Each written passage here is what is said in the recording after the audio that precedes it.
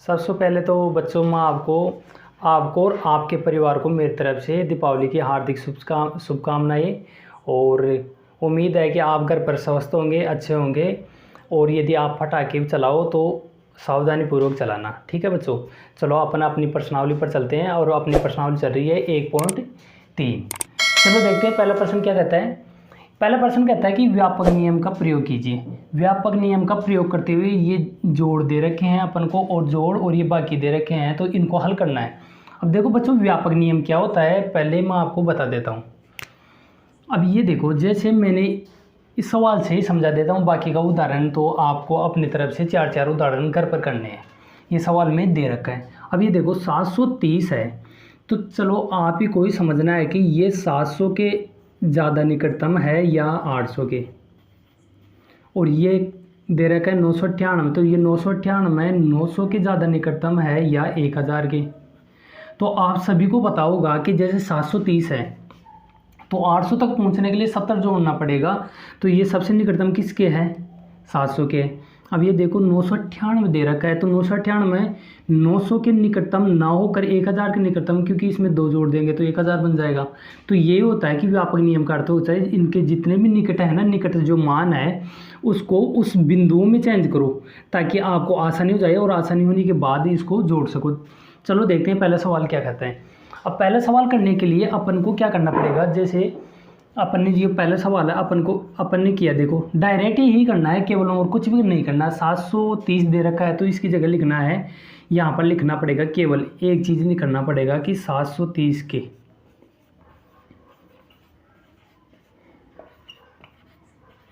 सन्निकट। अब बस इतना ही लिखना है और बाकी हर सवाल में इतना इतना लिख के नीचे ये लिखना है कि 730 है ना, तो 730 की जगह लिखना है आपको 700 प्लस 998 है, तो 998 के निकटतम कितना होगा? 1000 होगा ना। देखो 1000 में 700 जोड़ेंगे तो 1700। ये आपका आंसर आ गया। ऐसे ही आप इस पहले सवाल का दूसरा भी करोगे। देखो 796 जो किसके निकटतम होगा आप सभी को पता है, ये यदि इसमें 4 जोड़ देंगे तो 800 को निकटतम हो जाएगा। तो ये देखो मैंने 800 लिख दिया। अब ये देखो आगे देखो माइनस का चिन्ह दे रखा है, तो 314 किसके निकटतम है? 300 के निकटतम है या 400 के? तो ये होगा 300 के, क्योंकि इसमें है ना 14 का घटाते 300 आ जाएगा ना। तो ये देखो 300,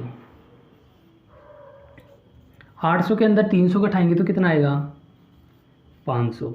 यह हमारा आंसर हो जाएगा। चलो देखते हैं पहले सवाल का तीसरा देखते हैं।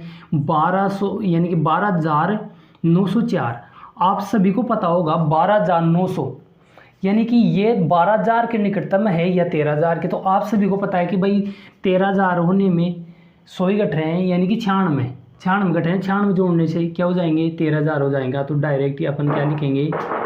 13000 प्लस अब ये 2888 है, तो आप सभी को पता है कि 888 है, इसमें 12 जोड़ने से क्या हो जाएगा? 2900 के लगभग हो जाएगा। तो ये हो जाएगा 3000 के लगभग, ना कि 2000 के लगभग।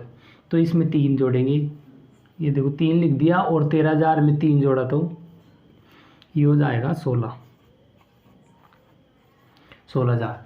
इसको देखो आपको दिखाई दे रहा होगा कि 28 है ना, 28292। 28000 को तो ऐसे कैसे रहने दो, 292। देखो 292 किसके निकटतम है? 300 के निकटतम है ना। यदि इसमें 8 जोड़ देंगे तो 300 हो जाएगा। तो अपन इसको लिखेंगे, यहाँ पर ये चीज़ जरूर लिख लेना बच्चों, जैसे 730 के सन्निकट लिखा है तो ऐसे ही आपको लिखना है 28292 के सन्निकट। तो आपको लिखना है 28300 माइनस, अब ये देखो 21496। यदि मैं इसमें 4 जोड़ दूँ तो 500 हो जाएगा ना, ये है ना। तो ये देखो इसमें लिखें 21500। इसको आपस में घटाएंगे और आपको घटाना तो आता ही होगा। 2 जीरो, ये देखो 28300 में 21500 घटाएंगे तो देखो जो 2 जीरो तो ऐसे कैसे। यदि 13 में मैं 5 घटाए तो 13 में 5 घटाएंगे तो 8 आएगा बच्चों, ठीक है। अब ये देखो यहाँ पर 1 घट गया था 7 और 7 में 1 घटाया तो 6, ये आएगा 6800। अब ये देखो प्रश्न नंबर दूसरा, 100 तक सन्निकट। अब इसमें ये सवाल सेम टू सेम ऐसा कैसा है, लेकिन इसमें थोड़ा सा फेरबदल है।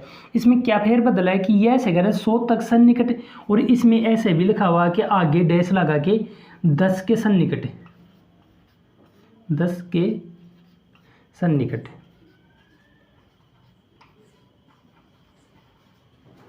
अब इसके न लगा दिया तो ये यानी कि पूरे सवालों को विस्तार पूर्वक दर्शाता है सन्निकटन, यानी कि सन्निकट यानी कि जो निकटतम जो मान है ना उसके बारे में दर्शाना है। अब ये देखो 439 है, आप सभी को पता है कि ये तो 400 होता है। समझाने के लिए केवल आपको देखना है, सवाल तो बाद में हल करेंगे। देखो 400 है, 450 है और 500 है। आपको एक बात ज़रूर ध्यान रखनी है, यदि 450 से लेकर 500 के बीच में कोई संख्या आ जाए तो 500 लिखेंगे, और 400 लेकर 449 तक यदि कोई संख्या आ जाती है तो 400 के सन्निकट लिखेंगे, क्योंकि आपको सभी को पता है कि भाई 449 में 51 जोड़ने से 500 बनता है, लेकिन यदि इसी में 49 से घटा देंगे तो 400 ही बन जाता है। तो आपको ये बात ज़रूर पता होनी चाहिए। चलो देखते हैं, इसको करते हैं इस सवाल को। ये देखा 439 है ना, तो इसको क्या लिखेंगे बच्चों, इसको लिखेंगे 400, बीच में जो चिन्ह है उसको ऐसे कैसे लिख देंगे। और ये देखो 334 है, तो आप सभी को पता है कि 334 300 के लगभग सन्निकट है, 300 के प्लस। चलो देखते हैं, अब इसको लिख लिया, अब इसको लिखो, ये होगा 4000 तो ऐसे कैसे। अब 317 है तो किसके सन्निकट है, 300 के, क्योंकि ये 17 है तो 17 घटाएंगे तो 300 आ जाएगा, लेकिन 400 बनाने के लिए ज़्यादा संख्या जोड़नी पड़ेगी, तो अपन लिख देंगे इसमें 4300। अब पता है आपको बच्चों कि आपको जोड़ना तो आता ही है, 400 300 4300 को जोड़ेंगे तो ये देखो 300 ये है, 300 ये है, कितना हो गया 600, और 604 यानी 400 जोड़ेंगे तो 1000, और 1000 यदि इसमें जोड़ा तो 4000 में, तो ये हो जाएगा 5000। आप जोड़ के देख लेना, ये का ये 5000 ही आएगा। अब ये देखो 1,08,734, तो 1 लाख तो ऐसे कैसे लिख लो, 1,08,000 लिख लिया। अब ये देखो 734 किसके सन्निकट है, 34 700 के सन्निकट है। मैंने पहले बताया था कि भाई 450 से नीचे यानी कि जो 50 से कम जो भी मान होता है, 50 से कम है 34, तो इसको लिखेंगे 700। बीच में जो चिन्ह होता है उसको ऐसे कैसे लगा देंगे, ये देखो 47,000 ऐसे कैसे लिखेंगे 47,000। अब आगे देखो 599 तो किसके है, इसमें एक जोड़ देंगे तो क्या आ जाएगा 600। देखो इसको आपस में घटा देंगे, और इसको घटाया तो 2 जीरो के ऐसे ऐसे। अब देखो 7 में 6 घट गया तो 1, अभी कितना है 8, और 8 में 7 घटाया तो 1, अभी कितने 10, और 10 में 4 घटाया तो 6। अब ये देखो 8325 है, तो आप सभी को पता है कि 8325 किसके, 325 किसके, यानी कि 25 यानी कि 300 के, तो 8300। बीच में जो चिन्ह है उसको ऐसे कैसे लगा दो, 491, यदि इसमें 9 जोड़ दो तो कितना हो जाएगा 500। अब इसको आपस में घटा दो, घटाना तो आता ही होगा, 2 जीरो से 2 जीरो, 13 में 5 घटाया तो 8, और यहाँ पर कितना बच जाएगा 7।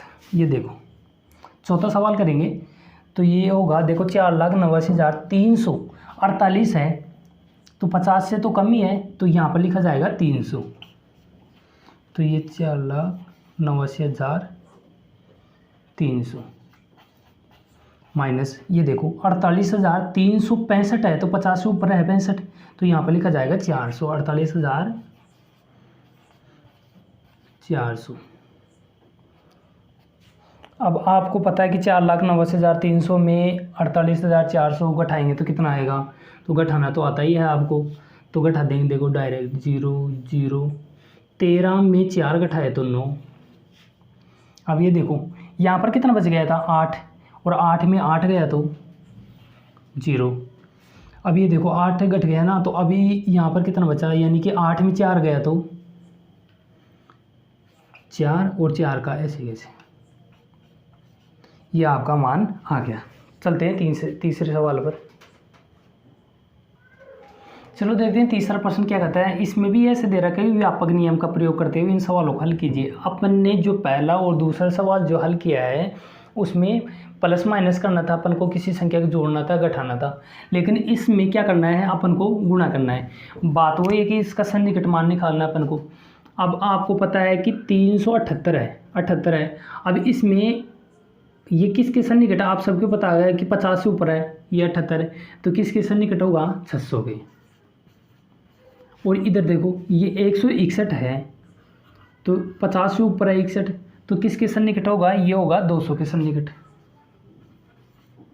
200 के। अब आपको गुणा करना तो आता है कि भाई 600 को 200 से गुणा किया, तो इधर देखो 600 को 200 से गुणा करना है। एक बात ज़रूर ध्यान रखना आप, यदि किसी संख्या को गुणा करो और जीरो आ जाए तो जीरो को ऐसे कैसे, कितने जीरो, 1 2 3 4, ऐसे कैसे लिख लो इसको, और बाकी संख्या को गुणा कर दो, 6 दूनी 12। ठीक है बच्चों, अब चलो इस पर देखते हैं कि 5281 के सन्निकट। तो आपको पता है कि ये 50 से ऊपर है 81, तो इसको लिखेंगे 300। ठीक है, तो इसको लिख देंगे अपन 5300। 5000 है। अब ये देखो 3491, तो इसमें 9 जोड़ा तो कितना हो जाएंगे, 500, तो इसको लिखेंगे 3500। आपको अब गुणा करना तो आता ही है, 53 है, 5300 को गुणा करेंगे 35 से, 3500 से गुणा करेंगे। आपको गुणा करना आता है, मैंने पहले बताया था कि यदि जितने जीरो हैं उन जीरो को पहले लिख लेते हैं। 2 जीरो हैं, ऐसे कैसे लिख लो, और ये 2 जीरो हैं, इनको अलग से लिख लो आप। ठीक है बच्चों, अब 53 है, 35 है, तो आपको गुणा करना आता है, यहाँ पर करके देखते हैं अपन। ये 53 है और इसको 35 से गुणा करेंगे। 5 थी 15 का 5, हासिल की 1, 25 और 1 26, गुणा 3 थी 9 और 5 थी 15, हो जाएगा 5 हासिल की 1 6 और 1 7 और 1 8, ये हो जाएगा 1855। तो आप है ना इन संख्याओं को, जीरो को लिख के अलग से भी आप गुणा करके आप लिख सकते हो, लेकिन ये करके नहीं देखना है एग्जाम में, केवल डायरेक्ट ये लिखना है आपको, जो आप ये वाला रफ कॉपी में करके देख सकते हो। ठीक है बच्चों, चलते हैं, इसका तीसरा है, तीसरे सवाल का तीसरा सी है 1291 गुणा 992। तो आपको ये ज़रूर लिखना है सन्निकट, तो मैं यहाँ पर डायरेक्ट ही लिख देता हूँ। 1291 50 से ऊपर है, तो इसमें 9 जोड़ते ही 1300 हो जाएगा, तो इसको लिखेंगे अपन 1300 गुणा। अब ये 592 है, 92 में 8 जोड़ा तो कितने हो जाएंगे, 600, यहाँ पर 600 लिख दिया। तो आप इसको गुणा करके दे, मैंने पहले ही बताया था कि आप जीरो पहले लिख लेना, 1 2 3 4 जीरो ऐसे कैसे। अब 13 और 6, 13 को या तो 13 को 6 से गुणा कर लो, या 6 को 13 से, 36 18 और 18 का 8 हासिल की 1, 6 एकम 6 और 1 7, या फिर 13 छिकी 78, ऐसे भी कर सकते हो। अब देखो 9250। बच्चों इस संख्या में ज़रूर ध्यान रखना है आपको, ये देखो यदि पूरी संख्या का आंकलन किया जाए, यदि पूरी संख्या का आंकलन किया जाए तो ये 10,000 के लगभग बन रही है, ना कि 9,000 की संख्या के लगभग। अब इसको डायरेक्ट ही अपन क्या लिखेंगे, 10,000, बीच में जो चिन्ह लगा हुआ है उसको ऐसे से लिख दो। अब ये 29 है, 29 किसके सन्निकट है, तो आपको 29, अब ये मान लो कि यदि 100 के बीच में कोई भी संख्या आ जाए, जैसे 49 आ गया, 55 आ गया, तो आपको ये 55 देखना है, और ये से 54 आ गया, तो 54 आ गया तो आपको 50 लिखना है, 55 आ गया तो 60 लिखना है, 49 आ गया तो इसको 50 लिखना है, तो ऐसे ही 29 आ गया तो इसको क्या लिखना है, 30। अब 10,000 को 30 से गुणा किया है, 1 2 3 4 5 जीरो है, इनको ऐसे कैसे लिख लो, 1 2 3 4 5, 3 है, 3 को 1 से गुणा किया तो 3। चलो बच्चों ये आपके पूरे सवाल हो गए हैं 3। तो आपको इनको है ना, अब इन सवालों में ये भी दे रखा है कि पहले दूसरे और तीसरे सवाल में दे रखा है कि जैसे इनका व्यापक नियम का प्रयोग करके इनको ऐसे देखा ना, ऐसे आप है ना अपने मन से 4 4 5 5 उदाहरण आप घर पर जाकर करोगे। ठीक है बच्चों।